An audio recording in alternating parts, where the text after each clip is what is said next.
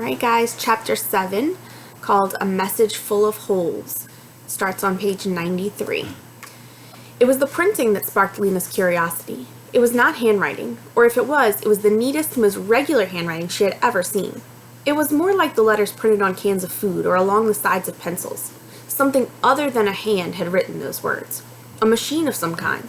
This was the writing of the builders. And so this piece of paper must have come from the builders too. Lena gathered up the scraps of paper from the floor and gently pried open Poppy's fists and mouth to extract the crumpled wads. She put all this into the dented box and carried it to her room. That evening, Granny and the baby were both asleep by a little after 8. Lena had nearly an hour to examine her discovery. She took the scraps from the box and spread them out on the table in her bedroom. The paper was thick. At each torn edge was a fringe of tangled fibers. There were many little pieces and one big piece with so many holes that it was like lace. The chewed bits were beyond saving. They were almost a paste. Remember we learned the word pulp a while back? That material, that wet material that's used to make paper, or that recycled paper is turned into before it's made into new paper. That's kind of what it was. It was just like so wet that it was back turning into that pulpy material. But Lena spread out the big lacy piece and saw that on one edge of it, which was still intact, there was a column of numbers. She collected all the dry scraps and puzzled over them for a long time, trying to figure out where they fit into the larger piece. When she had arranged them as well as she could, this was what she had. So we see here that there's a lot of letters and even some whole words missing. So I want you to just take a moment to look through. I'm not going to read it aloud to you because a lot of it isn't going to sound like anything that makes sense. But see if you can piece together some things. Maybe instructions for egress. Interesting. This maybe official, office, doc, maybe document. Security, period of, blank, years, probably years.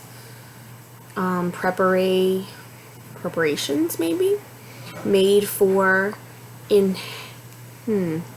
inhabitants, I don't know, people who live there. City. Maybe as follows. Okay, so maybe some sort of instructions. Remember that first section of the book was called the instructions. And where did they put it? In a little locked box. Alright, so number 1, something, not really sure. That says 2. Stun marked with E by something marked with an E. 3. Added down in verb bank, down riverbank to edge, approximately 8 low below, maybe, I don't know. 4, lots of blanks. Axe to the, we're missing an E, but that clearly says water. Some blanks. Find door of something. Key, maybe keep. Hind, small, steel. Pan, the right. Ream, let me remember. Open door. So these are instructions, step-by-step instructions on how to do something. 5. Oat, stocked with something about necessary equipment, maybe. Not really sure what the rest of it says. 6. Probably using something. Lower. Head downstairs. I don't know, just guessing. And assist over something. 7. Something approximately 3 hours. Disembark. Maybe it's something they're going to ride on to leave Ember. Not sure. Follow something path. Okay, so we get an idea that these are instructions, and it's definitely, we can see that they give instructions on going to different locations. We can't tell exactly what it says, neither can Lena yet, but we can make out bits and pieces, and they're instructions for how to use something. Lena could make sense of only a few words here and there. Even so, something about this tattered document was exciting. It was not like anything Lena had ever seen. She stared at the very first word at the top of the page, instruct, and she suddenly knew what it must be. She'd seen it often enough at school. It had to be the beginning of instructions. Her heart began knocking at her chest like a fist at a door. Great simile, right? She had found something. She had found something strange and important. Instructions for something. But for what? And how terrible that Poppy had found it first and ruined it. It occurred to Lena that this might be what her grandmother had been talking about for so long. Perhaps this was the thing that was lost. But of course, not knowing what had been lost, Granny wouldn't have recognized the box when she saw it. She would have tossed it out of the closet just as carelessly as she tossed everything else. Anyhow, it didn't matter whether this was the thing or not the thing. It was a mystery in itself, whatever it was, and Lena was determined to solve it. The first step was to stick the scraps of paper down. They were so light that a breath could scatter them. She had a little bit of glue left in an old bottle. Painstakingly, she put a dot of glue on each of the scraps and pressed each one into its place on one of her precious few remaining whole sheets of paper. She put another piece of paper on top of this and set the box on top to flatten everything down. Just as she finished, the lights went out. She'd forgotten to keep an eye on the clock on her windowsill. She had to undress and get in bed in the dark. She was too excited to sleep much that night. Her mind whirled around, trying to think what the message she'd found might be. She felt sure it was something to do with saving the city. What if these instructions were for fixing the electricity, or for making a movable light? That would change everything. When the lights went on in the morning, she had a few minutes before Poppy wakened to work at the puzzle. But there were so many words missing. How could she ever make sense of such a jumble? As she pulled on her red jacket and tied the frayed and knotted laces of her shoes, she thought about it. If the paper was important, she shouldn't keep it to herself. But who could she tell? Maybe the messenger captain? She would know things like official documents. Captain Fleary, Lena said when she got to work, would you have time to come home with me later on today? Just for a minute. I found something I'd like to show you. Found what? Asked Captain Fleary. Some paper with writing on it. I think it might be important. Captain Fleary raised her skinny eyebrows. What do you mean important? Well, I'm not sure. Maybe it isn't. But would you look at it anyway? So that evening, Captain Fleary came home with Lena and peered at the bits of paper. She bent down and inspected the writing. Fall, she asked. Axe? Rem? Aunt? What kind of words are those? I don't know, said Lena. The words are all broken up because Poppy chewed on them. I see, said Captain Fleary. She poked at the paper. This looks like instructions for something, she said. A recipe, I suppose. Small steel pan. That would be what you used to cook with. But who would have such small, perfect writing? That's the way they wrote in the old days, said Captain Fleary. It could be a very old recipe. But then why would it have been kept in this beautiful box? She showed the box to Captain Fleary. I think it was locked up in here for some reason, and you wouldn't lock up something unless it was important. But Captain Fleary didn't seem to have heard her. Or, she said, it could be a school exercise, someone's homework that never got turned in. But have you ever seen paper like this? Doesn't it look as if it came from someplace else? Not here?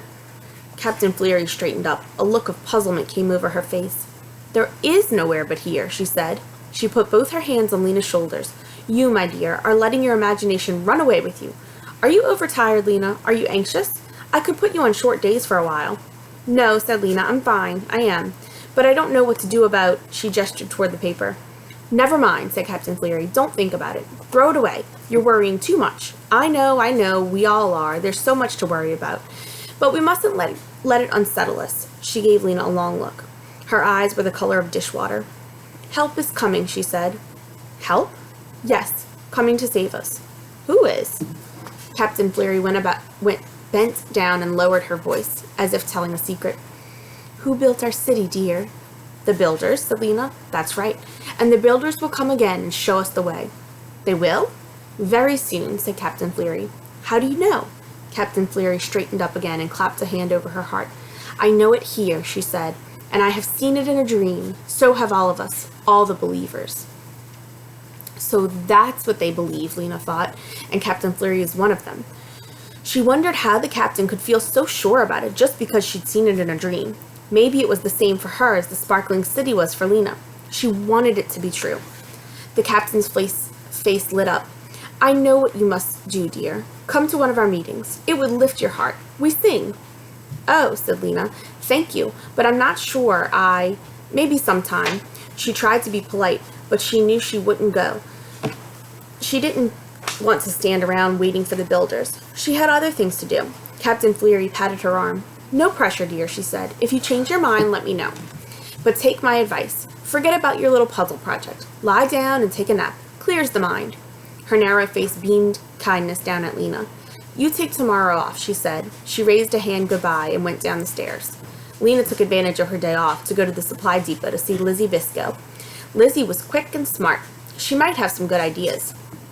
At the supply depot, crowds of shopkeepers stood in long, disorderly lines that stretched out the door.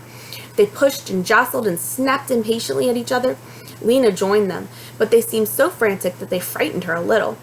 They must be very sure now that the supplies are running out, she thought, and they're determined to get what they can before it's too late. When she got close to the head of the line, she heard the same conversation several times. Sorry, the clerk would say when a shopkeeper asked for 10 packets of sewing needles or a dozen drinking glasses or 20 packages of light bulbs. There's a severe shortage of that item. You can have only one. Or else the clerk would say, sorry, we're out of that entirely. Forever? Forever. Lena knew that it hadn't always been this way. When Ember was a young city, the storerooms were full. They had everything the citizens could want. So much, it seemed, the supplies would never run out. Lena's grandmother had told her that school children were given a tour of the storerooms as part of their education. They took an elevator from the street level to a long, curving tunnel with doors on both sides and other tunnels branching off of it. The guide led the tour down the long passages, opening one door after another. This area, he would say, is canned goods. Next, we come to school supplies. And around this bend, we have kitchenware. Next come carpentry tools. At each door, the children crowded against each other to save. Every room had something different, Granny told Lena. Boxes of toothpaste in one room, bottles of cooking oil, bars of soap, boxes of pills. There were 20 rooms just for vitamin pills. One room was stacked with hundreds of cans of fruit. There was something called pineapple. I remember that especially. What was pineapple? Asked Lena. It was yellow and sweet, said Granny with a dreamy look in her eyes.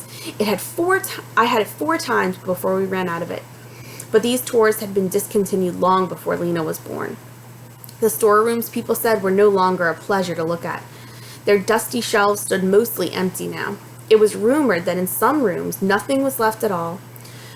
A child seeing the rooms where powdered milk had been stored, or the rooms that stored bandages or socks or pins or notebooks, or most of all, the dozens of rooms that had once held thousands of light bulbs, would not feel, as earlier generations of children had, that Ember was endlessly rich. Today's children, if they were to tour the storerooms, would feel afraid. Thinking about all this, Lena waited in the line of people at Lizzie's station. When she got to the front, she leaned forward with her elbows on the counter and whispered, Lizzie, can you meet me after you're through with work? I'll wait for you right outside the door. Lizzie nodded eagerly. At 4 o'clock, Lizzie came trotting out the office door.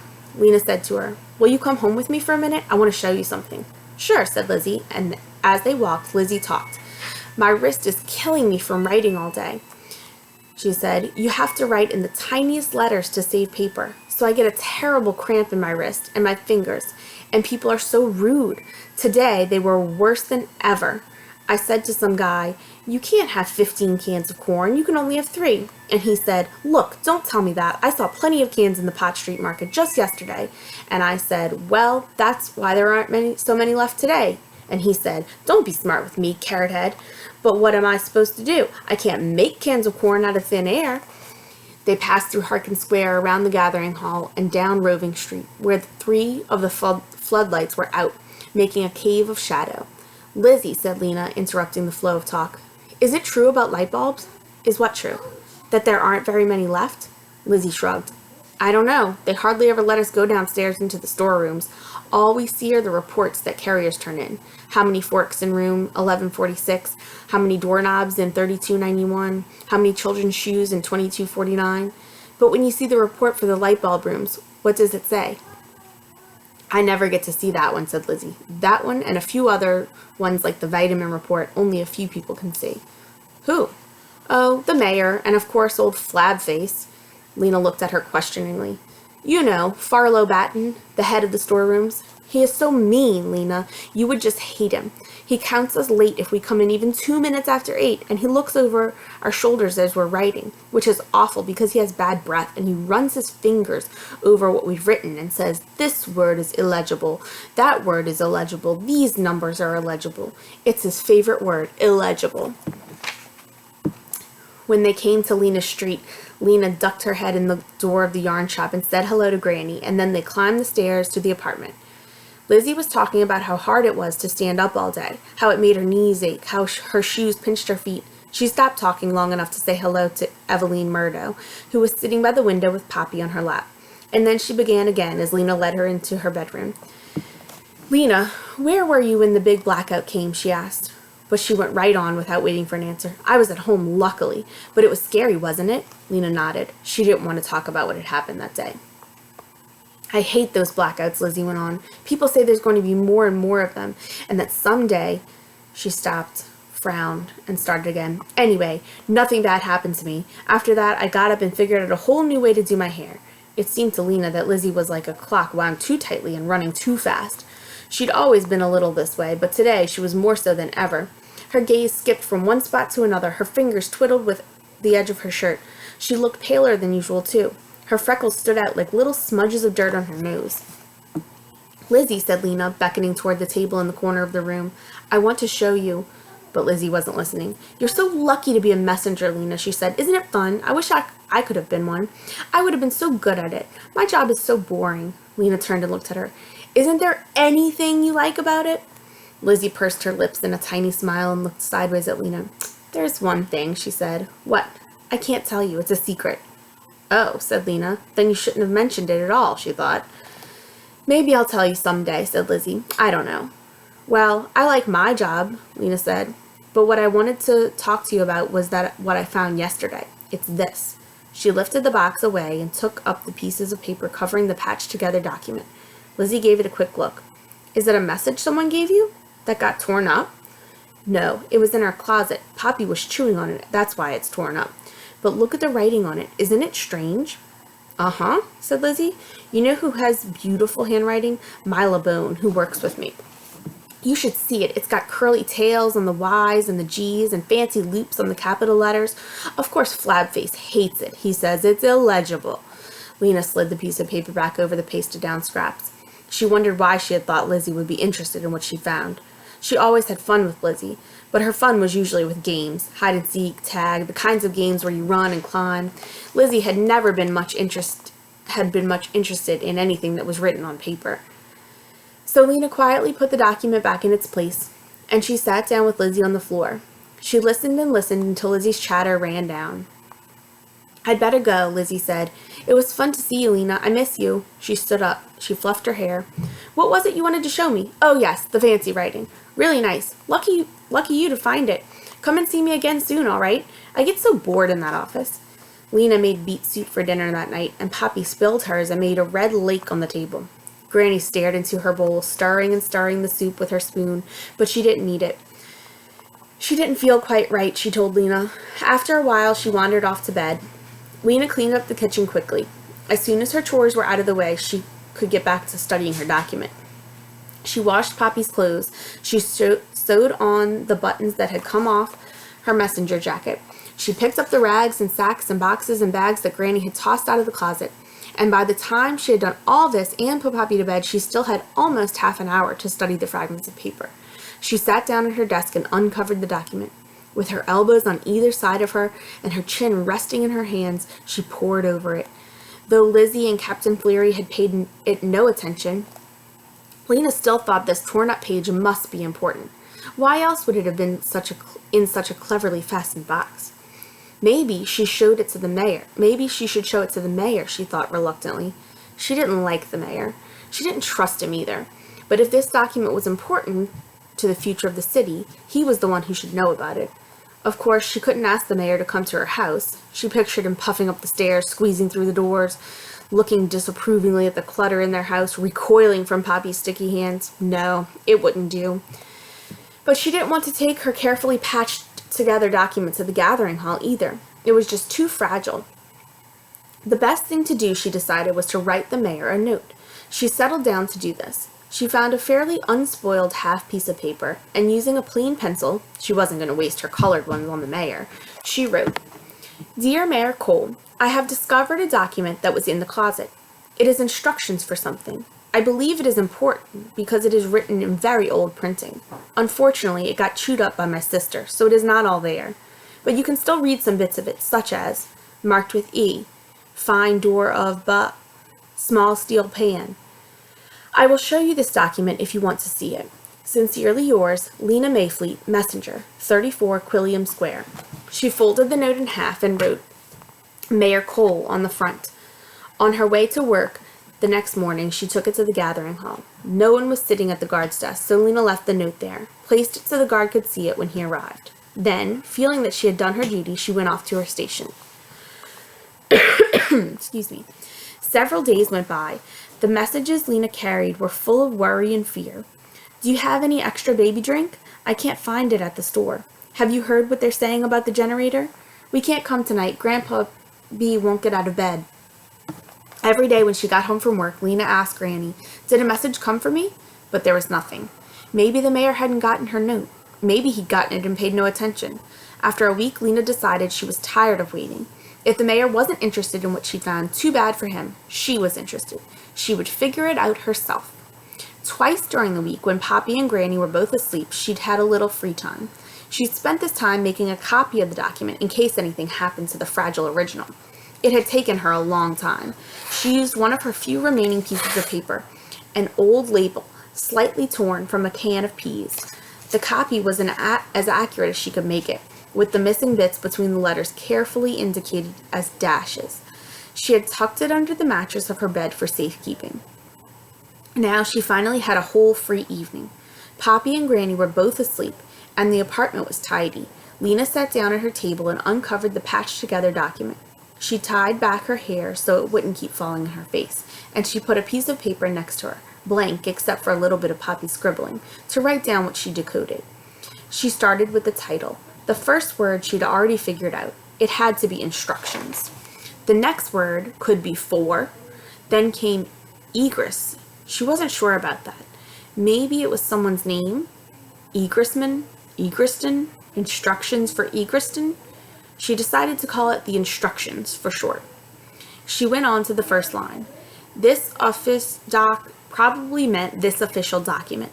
Maybe secure meant secure or security. Then there were the words period and ears and city. But after that, so much was missing. She studied the line next to the number 1. Exp, that could be expect or expert or so many things. She moved on to the riv. That might be part of a word like drive or strive. What could ip or an orc possibly be? They were so close together, maybe they were part of one word. What ended with IP? Whip, Lena thought. Trip, slip. What ended with orc? Fork came to mind immediately. Trip fork, slip fork. Nothing she could think of made sense. Maybe it wasn't fork. What else ended in orc? Starting at the beginning of the alphabet, Lena went through all the words that rhymed with fork. Most of them were nonsense. Bork, dork, gork, hork, jork. This isn't going to work, she thought miserably. Oh, work! The word could be work. Then what would the first part be? Trip work? Flip work? But maybe there was a letter between the B, the P, and the W. Dips work? Pips work? Suddenly it came to her. Pipeworks. Pipeworks. That had to be it. Something in this message was about the pipeworks. Lena looked back at EXP and Riv. Riv. That could be river. Rapidly, she ran her eyes down the page. In line 3, she saw Iverb, Ink. That looked like riverbank. The word door jumped out at her from line 4. Hole on its scrap of paper. Lena took a quick breath. A door. What if it was the one she'd wished for, the one that led to the other city? Maybe her city was real after all, and these were instructions for finding it. She wanted to leap from her chair and shout. The message had something to do with a river, a door, and the pipeworks. And who did she know who knew about the pipeworks? Dune, of course. She pictured his thin, serious face and his eyes looking out searchingly from beneath from his dark eyebrows. She pictured how he used to bend over his work at school, holding his pencil in a hard grip, and how during free time he was usually off by himself in a corner studying a moth or a worm or taking apart clock. That was one thing, at least, that she liked about Dune. He was curious. He paid attention to things. And he cared about things, too. She remembered how he'd been on assignment day, so furious at the mayor, so eager to trade his job for her bad one so he could help save the city. And he'd taken Poppy inside his father's shop on the day of the blackout so she wouldn't be afraid. So what is Lena doing? She's using Dune's thoughts, words, and actions to make inferences about his character, him as a person. Same thing we do as readers with the evidence that we collect about the characters. Why had she stopped being friends with Dune? She vaguely recalled the incident of the light pole. It seemed silly now, and long ago. The more she thought about Dune, the more it seemed he was the very person, the only person who might be interested in what she had found. She placed the plain sheet of paper over the instructions and put the box on top. I'll go and find Dune, she thought. Tomorrow was Thursday, their day off. She would find him tomorrow and ask for his help.